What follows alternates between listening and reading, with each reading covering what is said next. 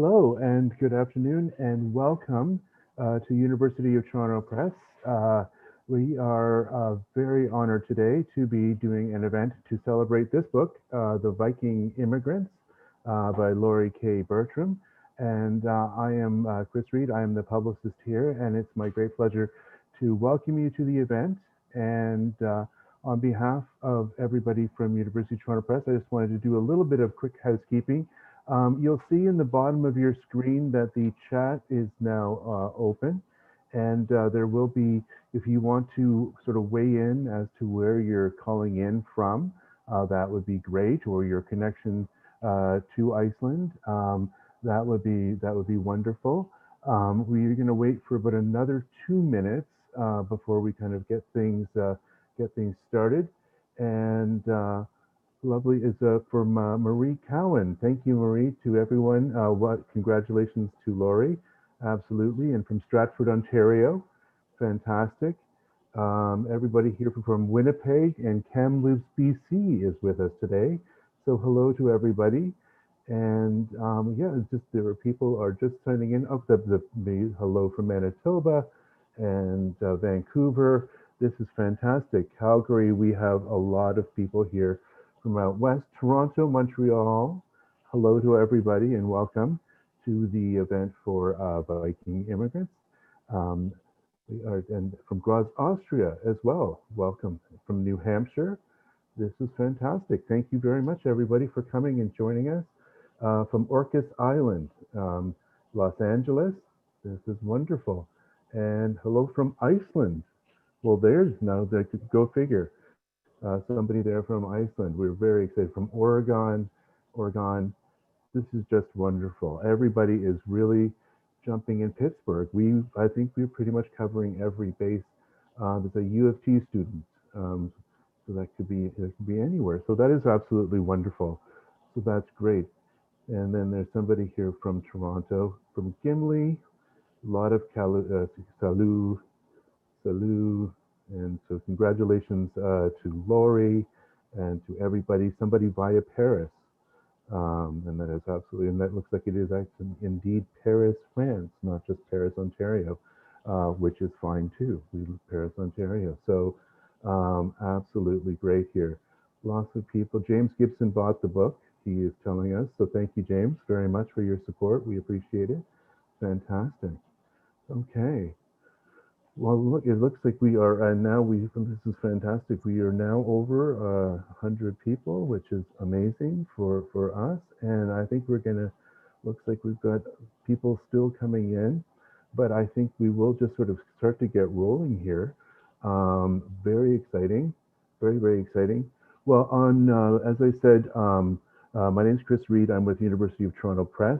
We call this series UTP Talks. It's our attempt to maintain the tradition that UTP has been doing since 1901 of publishing books that advance the conversation.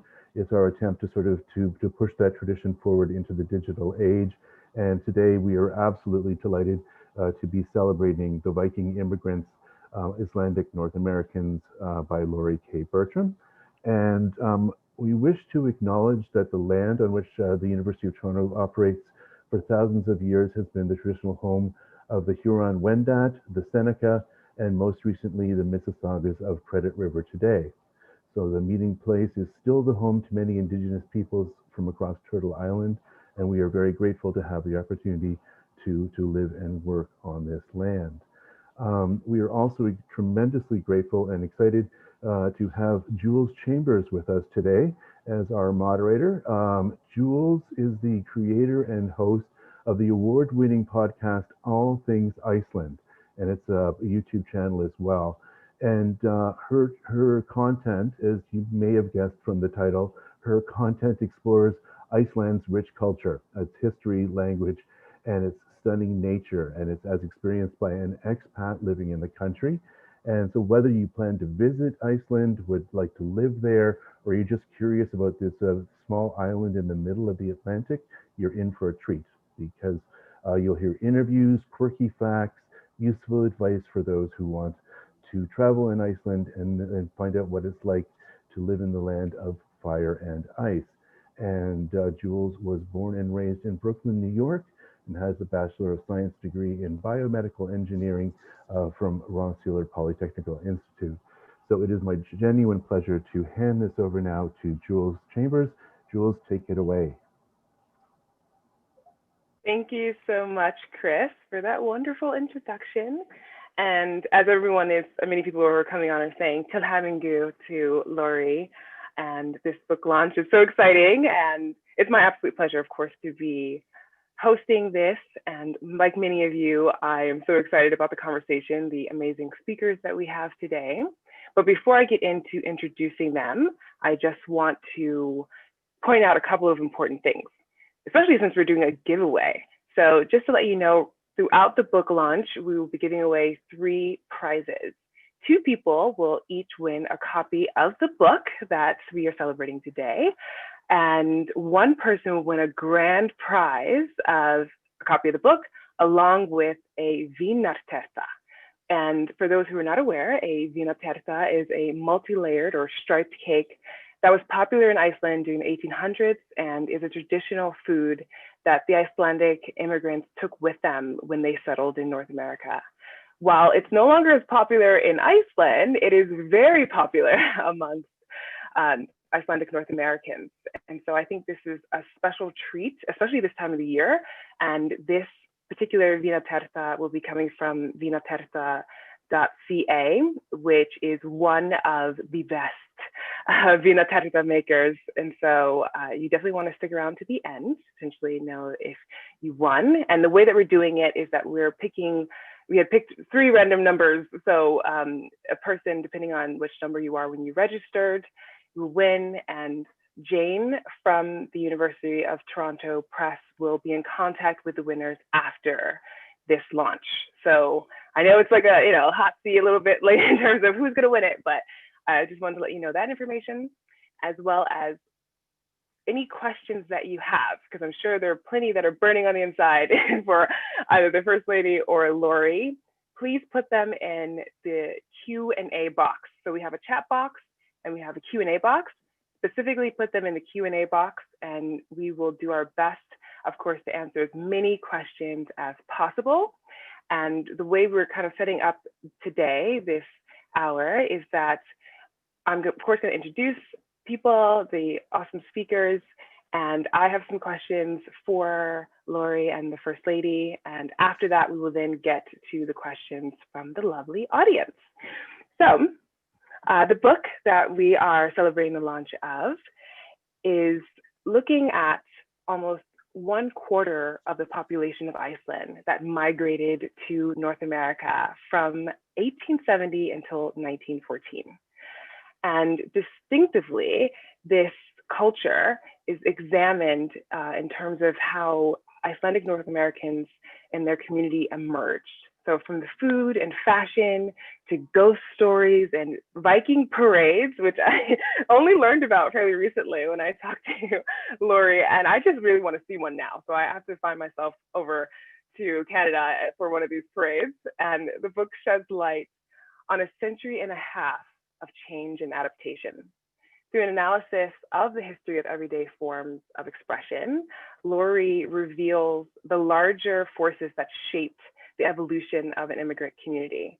This exploration of the Icelandic North American community draws on rare and fascinating sources of community life, including oral histories, recipes, photographs, and memoirs.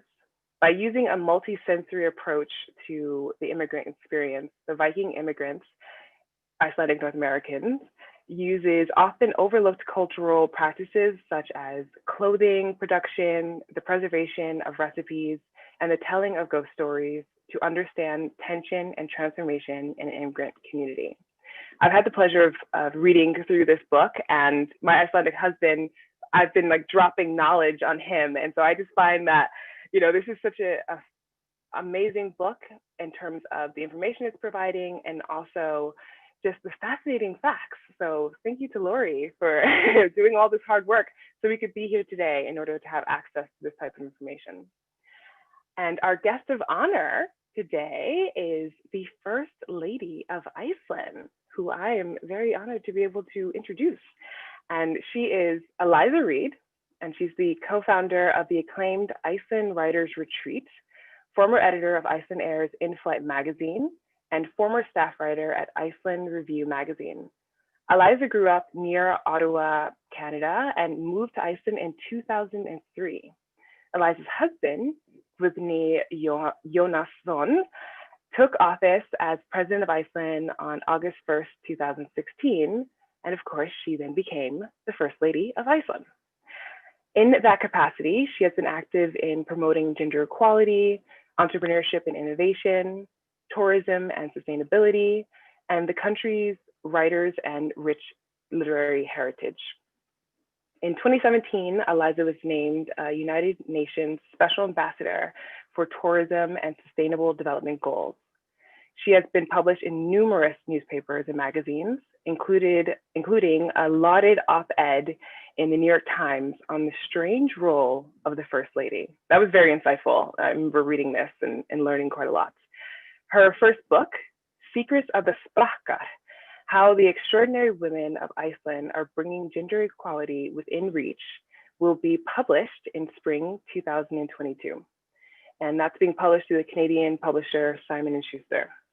Eliza has degrees from Trinity College at the University of Toronto and from St. Anthony's College at Oxford University. So very big warm welcome to the First Lady of Iceland. And I will also introduce, last but not least, of course, Lori, and sending her lots of virtual hugs on this momentous occasion. So Lori is the author, as we've mentioned, of this book and is an associate professor in the Department of History at the University of Toronto. Born and raised in Winnipeg, she also has family roots in Oxnadalur, Vatnsenti, and Hunnaflói region, and is the proud parent of twin 3-year-olds. So she's busy. Her research was made possible by the generous support of the Canadian Social Science and Humanities Research Council and the National Icelandic Research Fund, RANMIS. So big welcome to both of you. And before we get into our conversation though, I'm gonna do the first giveaway. And the number of the registration of the giveaway is number 13. So I know it's hard to know who that is, but congratulations, number 13. And like I mentioned, Jane will be in communication with you after this webinar so that you can get your book in the mail. So welcome to Eliza and Lori. And you can turn on your, yeah. I'm like, maybe I should unmute now. Hi. Hi, yeah. Thanks for that wonderful introduction. My pleasure. So we're just going to start off with the questions that I have, and a reminder to everybody, if you have questions, feel free throughout this conversation, if something pops up in your mind, to write it in the Q&A box. Okay, so this first question will be for the both of you, which is, it's Yola Boka Flow this season, otherwise known as the Christmas book flood. So can you explain the tradition, and what is one of the best books you've ever received as a gift? Let's start with Eliza. Okay, and hi, I'm really pleased to be here, and congratulations, Lori, on the publication of your book, which I have also just been reading. And I was saying before we got started that when I was bringing it over here to have with me, but I had to go and find it and steal it from my husband, who is now also reading it. So it's I recommend it to everybody who's watching. With the Christmas book flood, this is a great tradition in Iceland.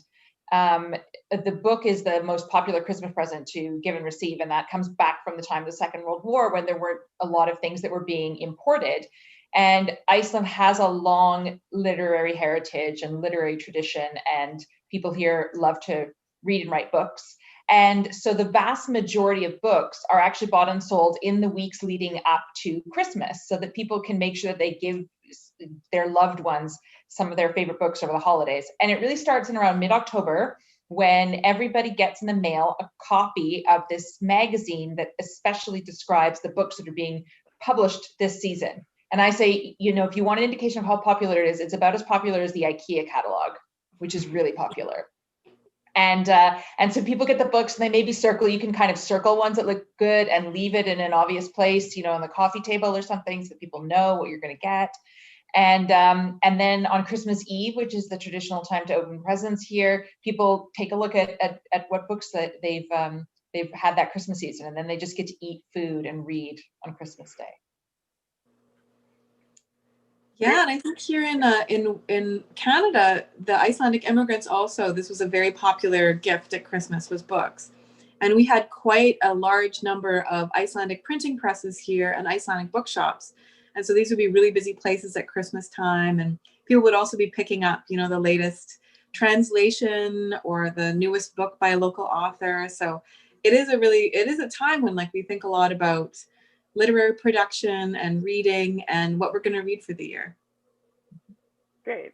And what are your favorite, what's the best book you've received as a gift?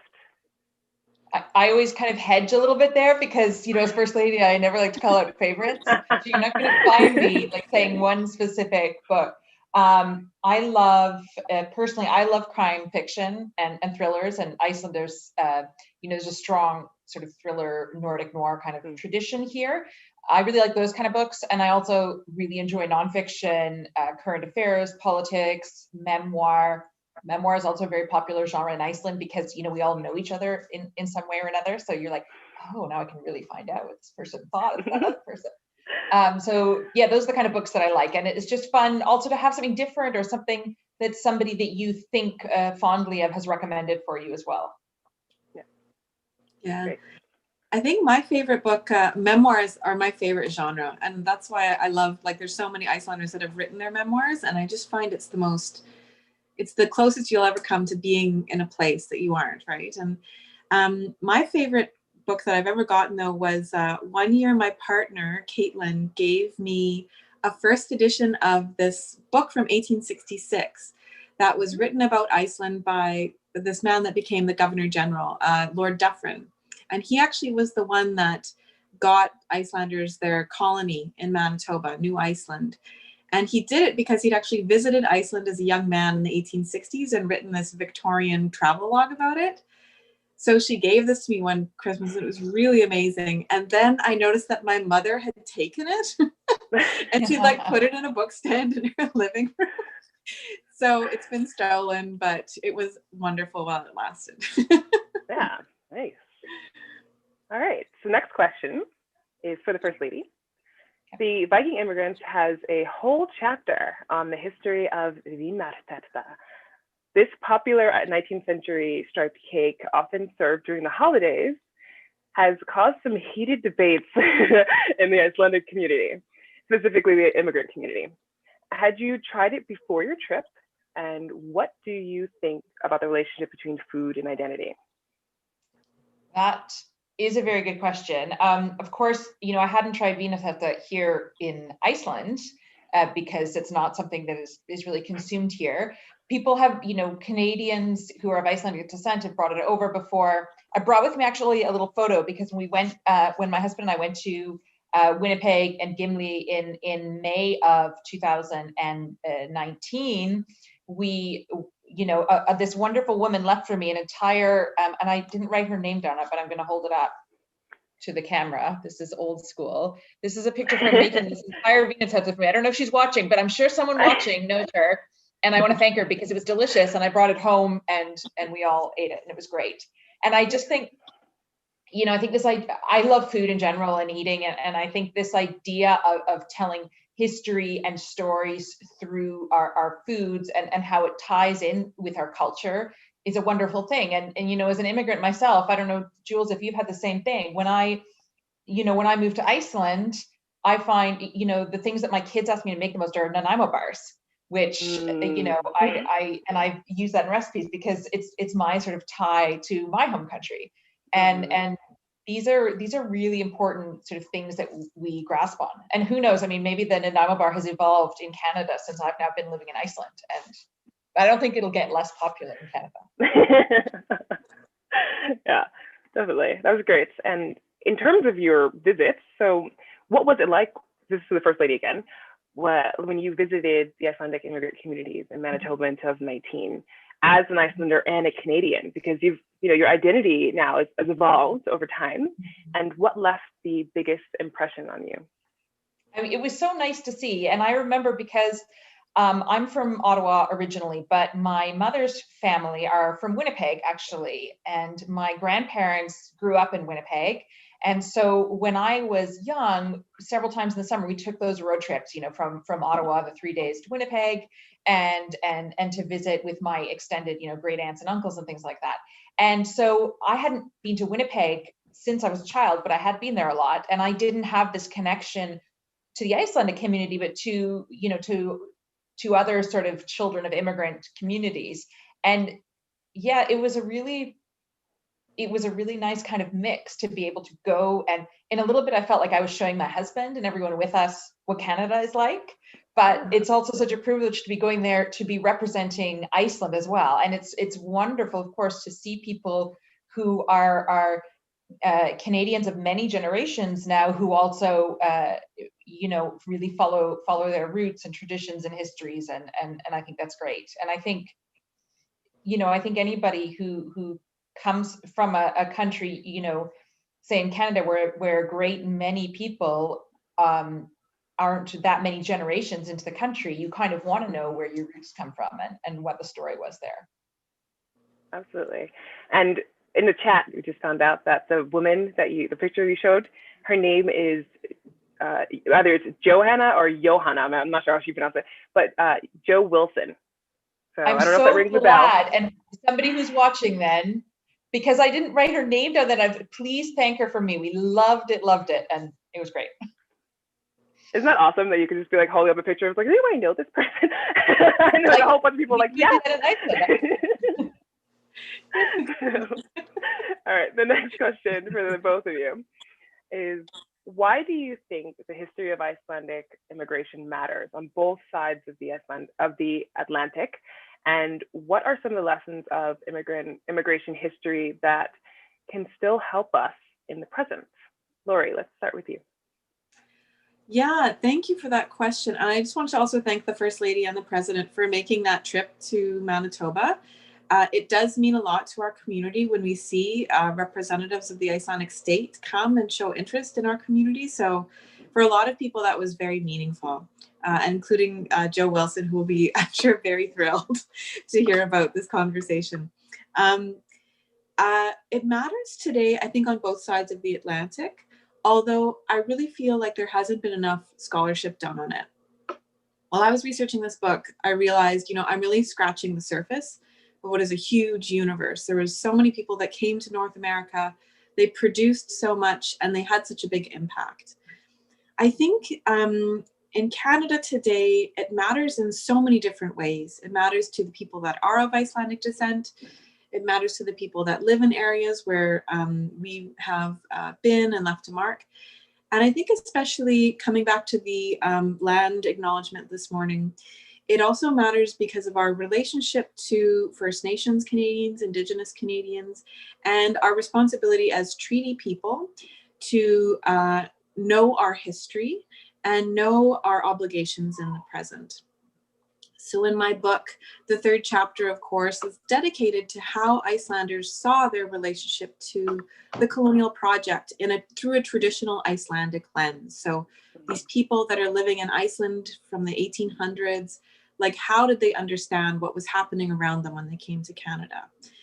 And it's clear that many of them, although there are people in our community that played a very important role in the colonial project, and I'm not gonna ignore that. But there were Icelanders that saw, what was happening to their Indigenous neighbors as a really important, that it would have an impact on them. They saw the Canadian state's claim to own that land as being spiritually questionable. Many of them felt that there were First Nations, there was land that was possessed by First Nations people, both physically, culturally, and spiritually, that could never be owned by anyone else. And I think that there are these histories that we have in our own community that can help us a lot today, that can help us think about our way forward and how we should be upholding those treaties, and in negotiating a better relationship with our Indigenous neighbors.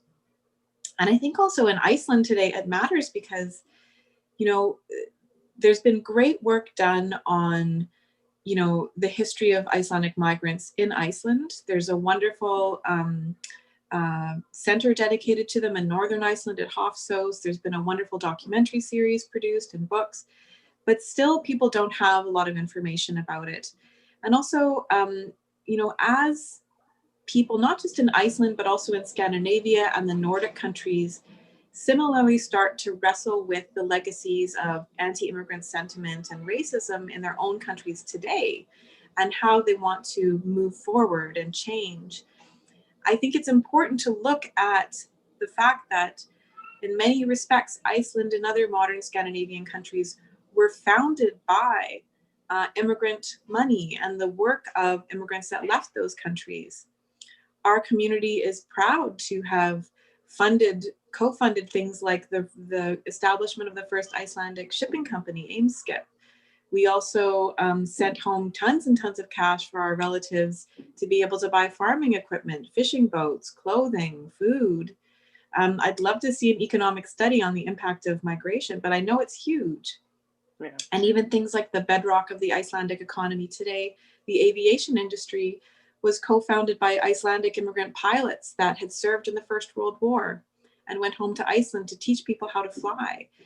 So, you know, immigration is like at the soul, at the heart of the rise of modern Iceland. And I hope that this book can offer people like a particular angle into that story. Yeah, absolutely. That's wonderful. And I agree with you 100%. And Eliza, do you have what you would like to input, or do you need the question again? I don't really have too much extra to add. I guess I would just emphasize the point from here in Iceland about how people didn't really know so well or know what had happened to all of the, you know, this 25% population who had left. And at the time, there was a lot more sort of negative sentiment towards them. People thought like they've given up, they've just left, they couldn't stick it out here where things are going tough. And even for a couple of generations later, there was less effort made from people who were here to stay in touch with their relatives overseas, and kind of a sort of general societal sentiment that they had abandoned the homeland in a sense. And I think it's really only in the last, 20, 30 years and things like this, the television documentary, for instance, that Laurie has mentioned, and increased visits and relationships that we have seen people in Iceland become more educated about the contribution that Icelandic immigrants made to Canada, and the successes that they had, and as Laurie was mentioning there, how they kind of repaid or not even repaid, but contributed again to the formation of the Icelandic nation. Absolutely. Great. Okay, and next question.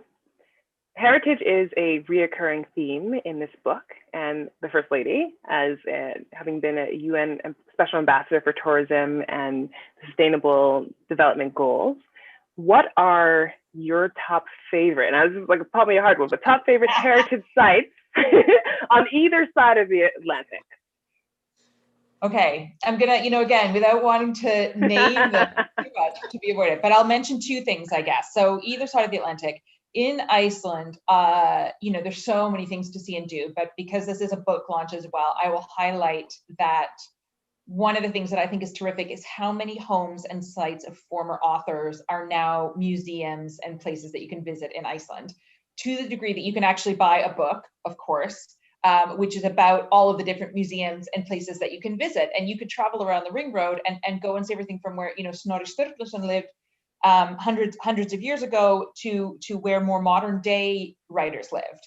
I always add as well, we have far too many of these museums are dedicated to male writers and far too few to female writers. But it is still amazing that you can go in little tiny communities have banded together and contribute to make these really interesting different homes. Sometimes you can stay there, or just museums themselves dedicated to writers and their work. And I suppose linking to Canada, my husband and I had our honeymoon in Newfoundland and Labrador when we got married 16 years ago. As someone said, they're probably the island most like Iceland that we could choose to go to on honeymoon. And it was a wonderful, I highly recommend anyone who is taking a honeymoon or a second honeymoon to go to Newfoundland, because everyone is so wonderful there, and Labrador. But obviously we visited L'Anse Meadows, was one of the places that we saw when we were there, which has this wonderful sort of Viking and Icelandic ties as well. So I'll put that one out there. Great. And Lori, how about you? Those were great picks. Madam Reed, I was really looking forward to seeing what you were going to recommend. Those are wonderful picks. I think for me, the three would be Manitoba's Interlake. We have, this is the site of the former colony of New Iceland. There's a wonderful museum in Gimli, the New Iceland Heritage Museum, and also a lot in Riverton, which is a town about 20 to 30 minutes north. And Riverton is just home to some of the most fascinating surviving buildings and sites in the community, including some haunted houses and just like beautiful architectural heritage there that maybe doesn't get as much press, but is just like a whole gorgeous universe. Number two, I would say Winnipeg's West End. Sargent Avenue used to be called Icelandic Main Street. It was like our little Iceland in Winnipeg. And there's places like, these old printing houses, like one that's been turned into a chocolate shop at 674 Sargent. If anyone needs some holiday chocolates, I highly recommend. And also the storefront, I don't know if there's a store in there right now. It might be vacant, but it's the old coffee house, the Icelandic coffee house, the Weevil Cafe, which I talk about in my book, and Icelanders being obsessed with coffee. And according to locals, a Disney animator that was the children of Icelandic immigrants was in love with the coffee shop waitress, Christine Sovadottir, who worked there. And he says that she was the model for his work on a big Disney blockbuster called Snow White. So if you go to Sargent Avenue in Winnipeg, you can see the coffee shop where Snow White used to work, according to us. And then finally, Lori, now all of a sudden in Iceland, we're gonna say that Icelanders created Snow White. Yeah, like we say, exactly. That was the French Revolution after a volcanic eruption. And it was like, so true. That's so classic. Just claim whatever you can. And then the last one I'd say would actually be in Iceland, the Skagastrand Museum in the north. I just love it. It's just fabulous. It's this museum dedicated to a medieval woman who was a seer, a prophetess, who's discussed in the sagas. And it's a small museum, but it's just wonderful. And I think it's such a great tribute to that community. What they've created there, something really unique. That's really one of my most favorite museums in the whole world. There are so many in Iceland, little tiny museums that are specialized in one particular thing, and you would never expect it. And if you're ever driving around and you think, oh, it's not going to be open or not, but there's always like a little sign that says, oh, we're closed this week, but call Jon down the road and he'll come and open it for you if it's not there. And I love that as well. Exactly. Yeah. Well, thank you so much to the both of you for your answers. I know we were putting you in the hot seat a little bit and trying to pick favorites, but I think that worked out fairly well. No one was offended. And now before we go on to the questions, because they are coming in from people who are attending, I'm going to go on to the second winner of the book, which is number 89. So congratulations, number 89. Just remember that Jane will be in contact with you. Yeah. So we're going to start with a question. It's for the First Lady, and it has to do with your necklace. So yeah, the person wants to know, is the First Lady's necklace by an Icelandic artist? Is it based on traditional design or artist interpretation? It's really stunning. Thank you very much. It is Icelandic design, and I have to almost look up the name now because it's like on the tip of my tongue and I can't remember it. But it's also by an immigrant woman here in Iceland. And as an immigrant to Iceland, I'm always trying to also give shout outs to other immigrants who is here. So it's by an immigrant woman here who is a jewelry designer. And I think, again, I'm trying to remember the name of this line, and I feel like it's kind inspired by Icelandic waterfalls and waves and nature, that all the nature inspires everything. I will have to try to find the name, and so people can put it in the comments section. Yeah, I'm great. gonna be really, Canadian informal and look it up on my phone while I talk to you. Okay. Yeah, that's And I totally fine. apologize for the informality of that, but the Canadians know that that's okay. Well, Yeah, Icelanders too. Everyone's pretty chill. Yeah. So okay, we'll move on to a question for Lori then while you're looking this up. So from Estefania, she says, first, greetings and congratulations to Lori. I hope the book does very well, and thank you to everyone organizing and hosting the event. Second, my question is if Icelandic immigrants suffered any type of discrimination upon their arrival in the US and Canada, such as any other immigrant communities experienced in the same influx of migration at the beginning of the 20th century, such as Chinese, Irish, etc. That's a great question, Stefania. Thank you very much. Yes, they did in the 1870s in particular. And, all people who were foreigners in the US and Canada at this time could be subjected to this kind of like anti-immigrant sentiment, mostly from the English majority. But Icelanders, because people in North America had so little understanding of people in more southerly North America, had so little understanding of the geography of the North, they believed that Icelanders were of this kind of, they called them a squaw-muck race, is some of the terminology that was used. So Icelanders were seen to be these very racially ambiguous people in the 1870s and 1880s. And also some of the first migrants that came were often very poor and unskilled. And so they would take up jobs alongside Chinese, Black, and Sikh workers in construction. So in Winnipeg, this meant like digging a lot of the infrastructure for the city sewage system, working in railroad construction, like really hard jobs. And this is one of the theories as to where our ethnic slang nickname comes from. We're called ghoulies in North America, especially in Winnipeg. And people think that this comes from coolie, which was the word for Chinese and Sikh laborers at this time. So this is like kind of, we're not 100% sure where this word comes from. And a friend of mine's working on a bigger genealogy of it. But yes, very definitely they did. And this is part of the reason why, as I discuss in my book, they started to use Viking imagery so much. It was kind of a PR campaign with the English, because Victorians at this time were obsessed with Leif Erikson. They were obsessed with the Vikings. And so Icelanders were like, okay, we'll show you some Vikings. So it was kind of, there's this whole kind of complicated backstory to how the Viking kind of emerges as this symbol, but that's part of the reason why. Okay. And were you able to find so thank you, Lori, but were you able to find the Jew? Sure, yeah, it's Alexandra Martini, and you can find her on Instagram on Martini's Fire. So there we go. Nice. Okay. And presumably, yeah, or martinisfire.com. There we go. I'm going to put this away. Okay. So next question it's a COVID related question, which is kind of interesting, but it has to do with the book flood. And this is from Karen Moorcroft, who says, curious whether COVID-19 has affected the flood of books in the market in Iceland. And is that something that you can speak to, Eliza?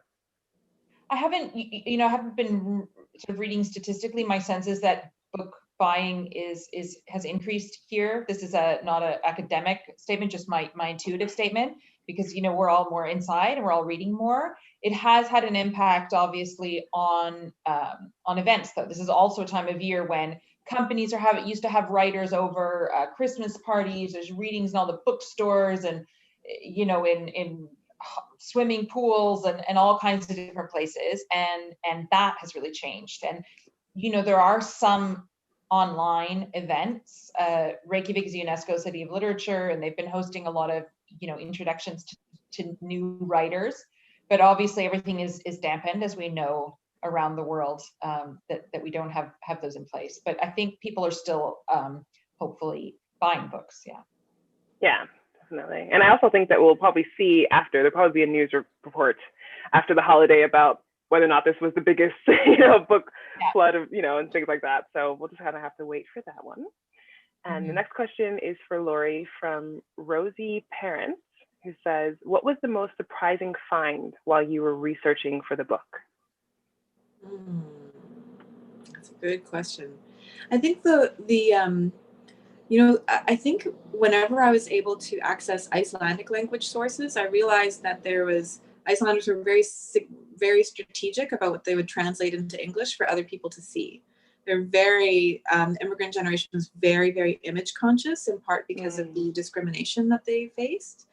And this was something that didn't let up until really the 1940s. So it defined how the early community evolved. So the trouble with that is that like often what got translated into English was like a little bit of like the tame version of what was going on. So when you get into the actual Icelandic language newspapers and the stories start to come out, you're like, wow, it was like better than Dynasty sometimes. So there was like, I talk about some of these people in my book, some of the wilder Icelanders, that left because they were like, they really chafed against the restrictive atmosphere in Iceland, especially the how socially conservative it could be. So we had, queer people that migrated. We had like these, just these women that like were like very like ferociously independent and like, we're just like, that's enough of this. Like I'm off. And Icelandic cowboys and Icelandic musicians. And so when you get into that population, the stories are just, they're so amazing.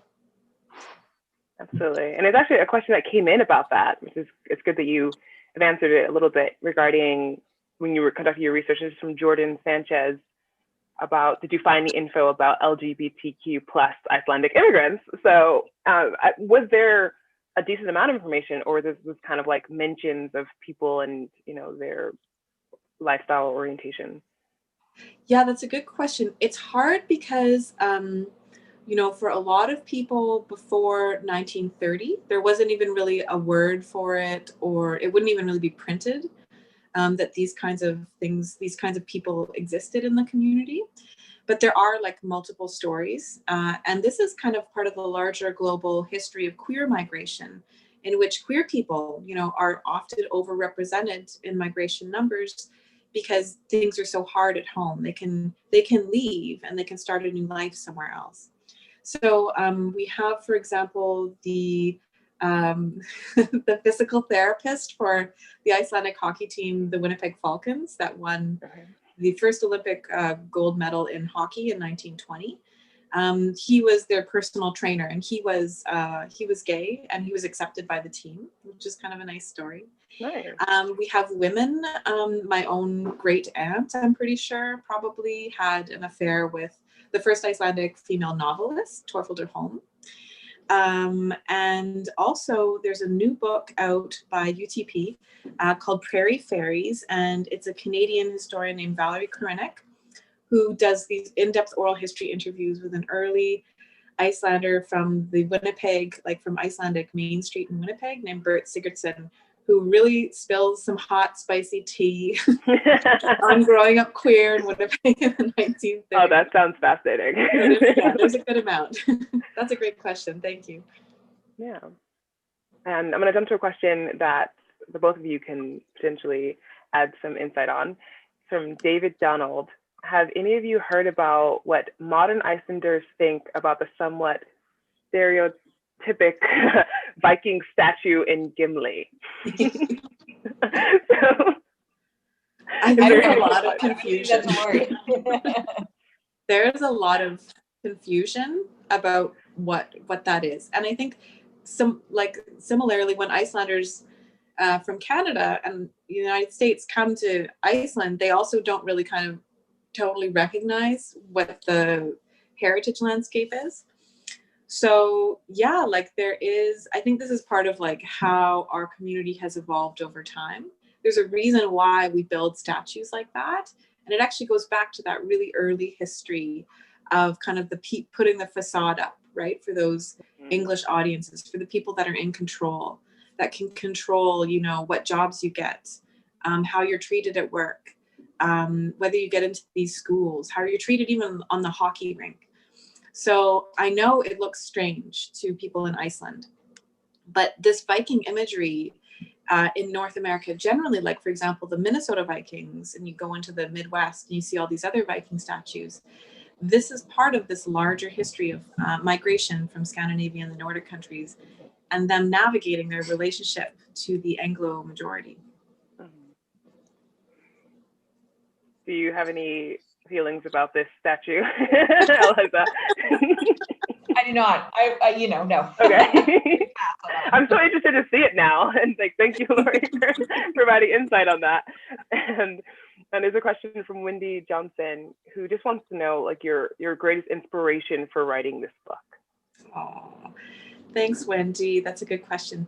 I think for me, you know, this is like I didn't grow up in Icelandic organizations or like with any kind of official connection to the community. But I always noticed that in my family, I'm from a Scottish and Icelandic family. In my family, we had these weird things about us that other families didn't seem to have. And I really liked them. I really liked our oddities and our weirdness. And so I decided, you know what, I'm going to write a book not about like our official organizations or our churches or our leaders, but I'm going to write the history of the everyday. So the things that you would find, really, if you walk into any Icelandic person's home in North America, you're probably going to find at least one thing from this book. And in a way, it was a tribute to my own grandmother, who grew up in Riverton in Manitoba in the Icelandic settlement, and to a lot of the women from their generation. Because for me, those women are really the true authors of our culture. They're really the under-recognized people that have built these kinds of beautiful cultural and intellectual universes that have stood the test of time. So it's really a shout out to them and the important work that they do and like how long it's lasted. Yeah, absolutely. Such important stories and history. That's great. Thank you. And we actually had a question. Oh, yeah. Can I add one thing to? Yeah, to the, absolutely. I just, now I'm almost like losing track of it. I just want to say what I really enjoyed about the book though as well is this idea of telling women's stories a lot, because so much in the history of what we keep, it was somehow deemed more significant for the men's diaries to be recorded or worthy of publication or something. Mm-hmm. And we lose such a huge aspect and dimension of what exactly happened and what people were going through then. And I think what's really nice about this book is by using sort of quote unquote non-traditional forms of history and fact-telling and teaching us, we can learn a whole lot of new things. And I think it makes it relevant. When we talk about history, I'm going to give a tiny shout out to my husband, who's also a historian, but he wrote an English book on the history of Iceland. And one of the transitions that I loved in the chapters was around, now he's going to kill me for getting the year wrong, but it's 1904 and 1905. And he says, this is a new section. And normally it would be because we've got this, a prime minister and a little bit more home rule and these kind of things. But the reason I'm putting this year in is because it was the year, as far as we can tell, that rubber boots arrived in Iceland. And if you're living a life somewhere, you don't actually care who the prime minister is, or if this new policy changed or what happened. You want your feet not to be cold and wet. And I think, if we think about what the lives of people were like in these times, it's those details that the people were talking about or thinking about, not necessarily the sort of bigger geopolitical issues. Absolutely. Yeah. That's Thank you really for adding that. Yeah.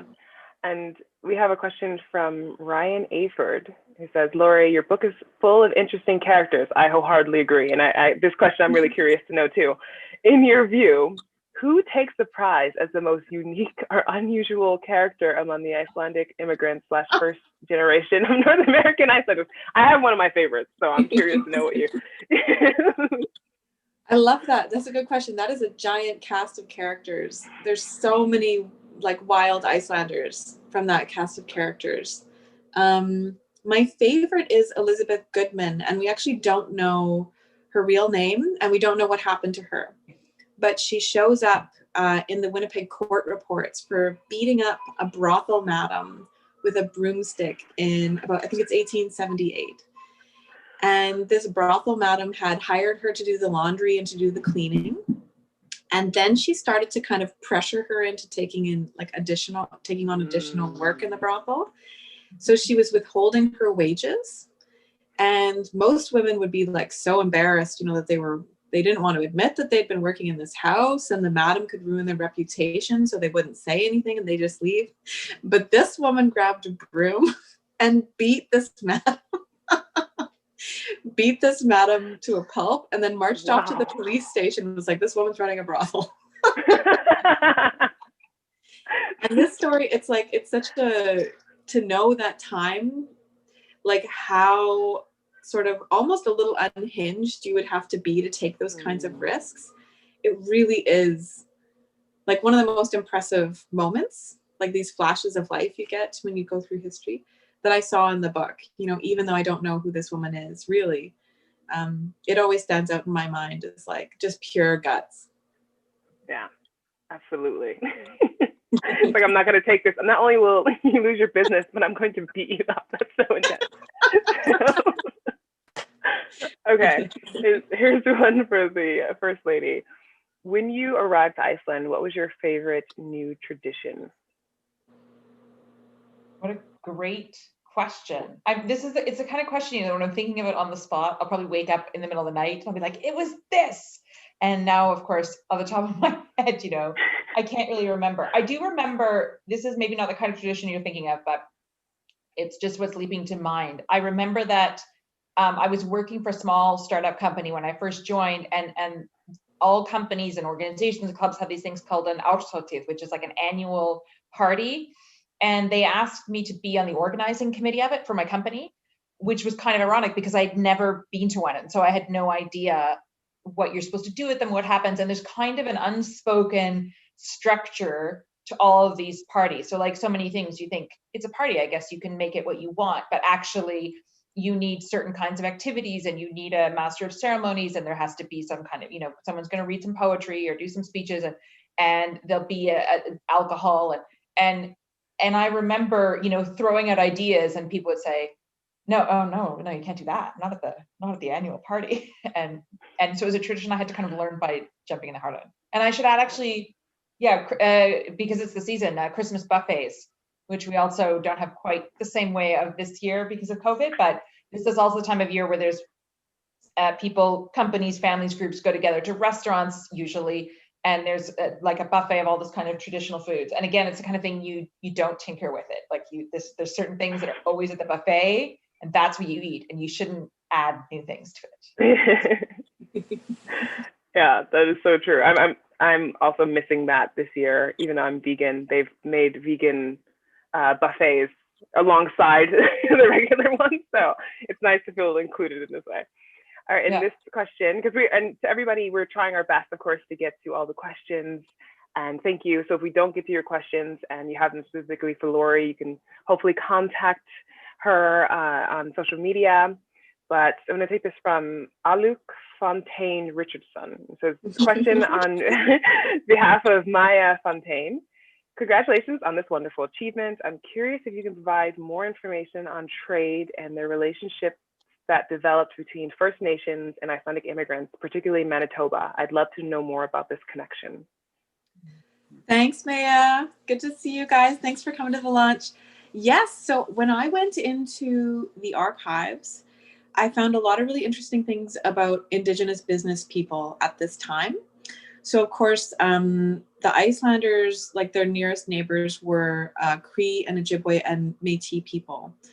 And what happened was that, New Iceland was sort of separate from Winnipeg, and there wasn't a lot of infrastructure between them. So the nearest source of help and business was First Nations communities. So we see, like, right from the get-go, there's business exchanges, there's personal exchanges. Some of them are tense, some of them are touching. There's a real range. And when the smallpox epidemic happens in 1876, again, it's like the nearest source of both trouble. Like, the Icelanders are the real trouble in the smallpox epidemic because we're the ones that bring it. but also the nearest source of assistance is Indigenous people. So there's this one story, it's actually this touching, kind of heartbreaking story about this immigrant named Helder Halderson, who runs into John Ramsey, who's basically the person who becomes sort of like the main like business agent in the area, like supplying the colony with moose meat and clothing and fish, and basically being their main trading partner. And John Ramsey has just lost like almost his entire family. He only has one daughter left. And Helder Halderson, I can't remember if he had lost anyone, but they were both stuck in the middle of this pandemic, right, in 1876 in the freezing cold. And John Ramsey, Halder looked and he saw that John Ramsey had a hole in his shoe and that he didn't have socks on underneath. So he gave him some Icelandic socks, which are really itchy, but really, really warm. And John Ramsey was like, yes, and put these socks on. And then the next day showed up with 6 really big whitefish for Halder and left them at his house. And this is part of this like trade that begins to really happen that hasn't been properly documented in terms of like Indigenous people building like small or substantive actually business industries around these migrant colonies. And yeah, you know, it goes on. Like there's so many stories in fishing and logging and transport. Like First Nations people are really these modern economic players with Icelanders. But the trouble happens when the Canadian government starts to intervene and put on really restrictive regulations in terms of hunting and fishing rights, which you're familiar with. And also just kind of like giving Icelanders a preferential treatment. So they kind of like artificially prop up Icelanders, even though Icelanders were the incompetent ones in the 1870s and 80s. And that is very clear from the record that they are constantly failing. But there's this kind of like artificial intervention where the Canadian state is kind of suppressing Indigenous businesses and propping up Icelandic ones. And that's where we see this kind of shift and the distribution of power changes. But yeah, earliest trading partners, earliest neighbors. And we even see it in the first chapter of my book. I talk about, you know, when you look at people's clothing at this time, and you look at what our Icelanders are wearing when they're fishing, it's clearly Indigenous design, clearly being produced by Indigenous seamstresses. So it leaves marks all over our community, but we haven't really done enough research into understanding how big that was. Absolutely. Yeah. Thank you. And I also really love that you have photographs of that in the book, because I think it really brings it alive. And so that was our last question, just because due to time, we would love to do this all day, I'm sure, but such is life. And before I turn it over to Chris, I just want to say a very big thank you to the First Lady, Eliza Reid, to Lori. This has been an amazing conversation, and to all the people who submitted questions, such interesting, insightful questions, and like they've pulled out a lot of great information. And I hope all of you who don't already have the book, you go out and get it, unless you won, of course, then it totally makes sense. You wouldn't. But thank you so much. Present. It's part of exactly. Yeah. Which does lead me into the last giveaway. So the last number that I pulled is 101, just like the famous 101 in Reykjavik. So congratulations to 101, whoever you are out there, and you'll be contacted.